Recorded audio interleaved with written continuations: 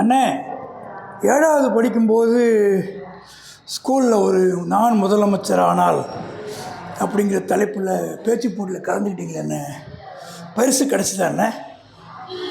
கோவாலு, நான் பேசி முடிக்கிறேன் கோவாலு, ஒரே கைத்தட்டல், அத்தனை பேர் டீச்சர்ஸ் பாராட்டுறாங்க, எல்லா ஃப்ரெண்ட்ஸும் நீ தான் ஃபஸ்ட்டு ப்ரைஸுன்றாங்க.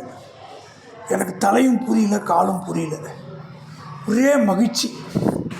கலெக்டர் பரிசு கொடுக்க போகிறாருன்னு சொல்லிட்டாங்க. நான் என்ன பண்ணிட்டேன், முன்னாடி போய் உட்காந்துட்டேன். ஃபஸ்ட்டு ஆளாக பரிசை வாங்கிடணுன்ற ஒரு ஆர்வம். பேச்சு போட்டி முதல் பரிசு யாரோ ஒரு பேரை சொல்கிறாங்க, 2ஆம் பரிசு வேறு ஒருத்தர் பேரை சொல்கிறாங்க, 3ஆம் பரிசு வேறு ஒரு பையன் சொல்கிறாங்க. நம்ம பேர் வரல. எனக்கு கண்ணிலேருந்து தண்ணி வந்துடுச்சு. டேய், இந்த வடிவேலு சொல்கிற மாதிரி இவனுக்கு வச்சு செஞ்சுருக்கானடா, நம்மளை நல்லா கிண்டல் பண்ணியிருக்கானடா, இவ்வளோ நேரம் இத்தனை பேருமா நம்மளை கிண்டல் பண்ணியிருக்கானுங்க அப்படின்னு நினச்சிக்கிட்டு மன வருத்தத்தோடு அதுக்கப்புறம் அங்கே உட்கார எனக்கு மூளை வேலை செய்யலை. எவன் இனிமேல் ப்ரைஸ் வாங்கினா நமக்கு என்ன, வாங்காட்டி நமக்கு என்ன, நம்ம கிளம்புவோன்னு சொல்லி பள்ளிக்கூட விழா மேடையிலேருந்து கிளம்பி பள்ளிக்கூட கேட்டுக்கிட்ட வந்துட்டேன். மற்ற பரிசெல்லாம் அனௌன்ஸ் பண்ணி முடிக்கிறாங்க. கடைசியாக பேச்சு போட்டி சிறப்பு பரிசு அப்படின்னு என் பேரை கூப்பிட்றாங்க. நான் தலை தெறிக்க ஓடுறேன். டேய், அப்போ எனக்கு சிறப்பு பரிசு கொடுக்குறாங்க. அது சிறப்பு பரிசுங்கிறது 1, 3, 5 தெரியாது, ஏதோ ஒரு பரிசை கொடுத்துட்டாங்க.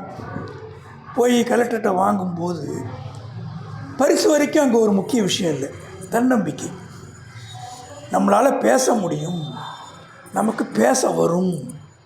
அதாவது இளம் பிள்ளைகளுக்கு நம்ம பாசிட்டிவாக ஒரு காரியம் செய்யும்போது அவர்களுடைய வாழ்க்கைக்கே அது ஒரு பெரிய பலமாக மாறும். அந்த ஒரு சிறு பரிசானது எனக்கு பேசுகிறதுக்கு இருந்த அந்த பயத்தை தெளிவு பண்ணிச்சு. பிற்காலத்தில் நான் 1000 பேர் இருக்கிற சபையில் கூட பேசுகிறதுக்கு எனக்கு அது பெரிய பலமாக இருந்தது. அப்போ குழந்தைகள்கிட்ட நம்ம பாசிட்டிவாக பேசும்போது அவருடைய மனநிலை மேற்கொண்டு முன்னேறத்துக்கும் தன்னை தயார்படுத்திக்கிறதுக்கும் உதவுங்கிறது உண்மை. அண்ணே, நீங்கள் பேசினீங்க, பரிசு வாங்கினீங்க, எல்லாம் அருமண்ணே. ஆனால் நீங்கள் பேசின அந்த வார்த்தை இன்னி வரைக்கும் நடந்திருக்கா சொல்லுங்கண்ணே.